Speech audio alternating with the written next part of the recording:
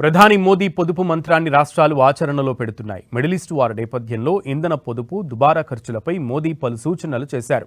భారత ఆర్థిక వ్యవస్థను మరింత బలోపేతం చేసేలా కొన్ని సూచనలు చేశారు మోదీ. ఈ క్రమంలో ఢిల్లీ ప్రభుత్వం కీలక నిర్ణయం తీసుకుంది. ప్రభుత్వ ఉద్యోగులకు వారానికి 2 రోజుల వర్క్ ఫ్రం హోం ప్రకటించింది. దీంతో పాటు ప్రభుత్వ విభాగాల్లో ఇంధన వినియోగాన్ని తగ్గించేలా నో వెహికల్ డే, ఆన్లైన్ సమావేశాల వంటి చర్యలు చేపట్టింది. మోదీ పొదుపు మంత్రం వేళ ఇప్పటికే సీఎం రేఖా గుప్తా తన కాన్వాయ్లో వాహనాల సంఖ్యను 4కు తగ్గించుకున్నారు. ఇందులోనూ 2 విద్యుత్ వాహనాలే వినియోగించాలని నిర్ణయించారు. ప్రభుత్వ ఉద్యోగులు వారానికి 2 రోజులు వర్క్ ఫ్రం హోం చేయడంతో పాటు అధికారిక సమావేశాలు దాదాపు 50% ఆన్లైన్లో నిర్వహించాలని ఢిల్లీ ప్రభుత్వం నిర్ణయించింది.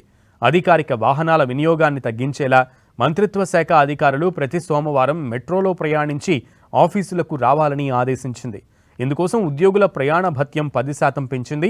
అధికారుల వాహనాలకు ఇచ్చే పెట్రోల్, డీజిల్ నెలవారీ కోటాలో 20% తగ్గించింది. 6 నెలల వరకు ఢిల్లీ ప్రభుత్వం ఎలాంటి కొత్త వాహనాల కొనుగోలు చేపట్టొద్దని నిర్ణయం తీసుకుంది.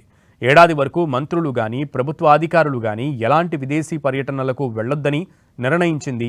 ప్రభుత్వ కార్యాలయాల పనివేళల్లోనూ మార్పులు చేసింది.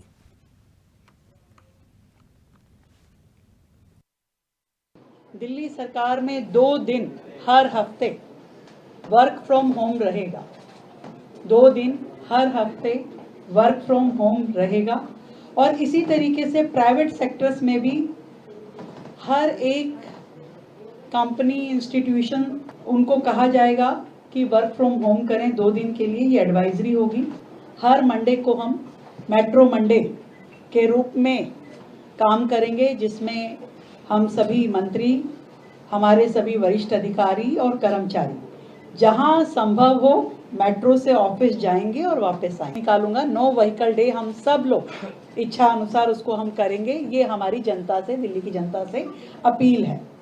और इसके अलावा दिल्ली सरकार ने ये तय किया है कि अगले 6 महीने तक दिल्ली सरकार कोई भी नई व्हीकल, पेट्रोल, डीजल, सीएनजी और हाइब्रिड, इनमें से कोई भी नई व्हीकल की खरीद नहीं करेगी।